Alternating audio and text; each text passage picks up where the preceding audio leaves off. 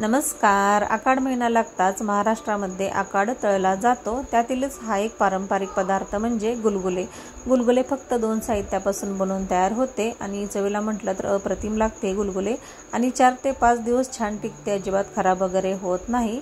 तर चला तर मग रेसिपीला सुरुवात करूया. तर सुरुवातीला इथे मी गुलाबजामुनचा शिल्लक राहिलेला पाक घेतलेला आहे. तर तो 1 वाटी पाक घेतलेला आहे मी. तुम्ही या ठिकाणी 1 वाटी साखर किंवा 1 वाटी गूळ 1 वाटी पाण्यामध्ये विरघळून घेऊ शकता. तर माझ्याजवळ शिल्लक राहिलेला पाक होता, त्याचा इथे मी वापर केलेला आहे.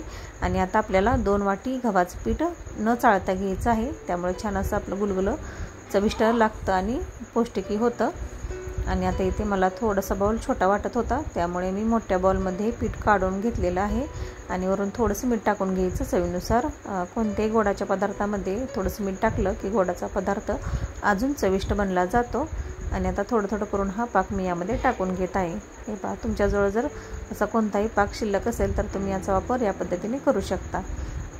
आणि सुरुवातीला पाणी न टाकता छान असं मिक्स करून घ्यायचं. हे पहा, या पद्धतीने थोडं थोडं करून पाक आपल्याला यामध्ये टाकायचं आहे. एकदम पाक टाकायचा नाही, नाहीतर काय होतं, गाठी बनल्या जातात पिठाच्या, असं व्यवस्थित पीठ बनलं जात नाही.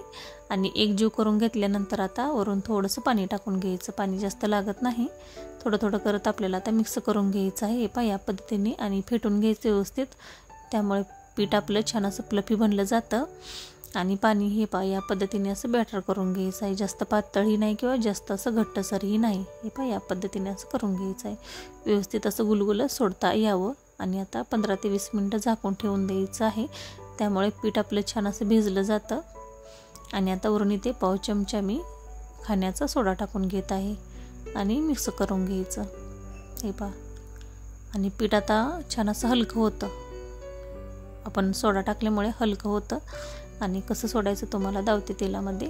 तर हाताला थोडंसं पाणी लावून घ्यायचं.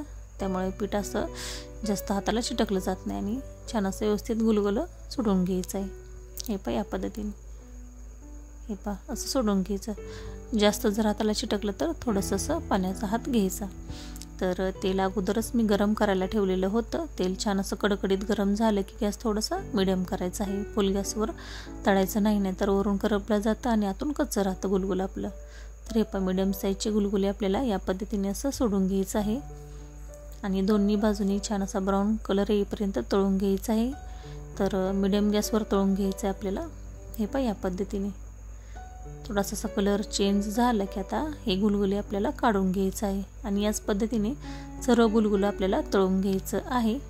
तर अगदी झटपट आपलं हे गुलगुलं बनवून तयार होतं. तर आषाढ महिन्यामध्ये या पद्धतीने शिल्लक राहिलेल्या पाकापासून किंवा आपण घरगुती साखर किंवा गुळापासून हे गुलगुलं तुम्ही नक्की ट्राय करून पहा. चॅनेलवर नवीन असाल तर चॅनेलला लाईक करा, शेअर करा, सबस्क्राईब करा.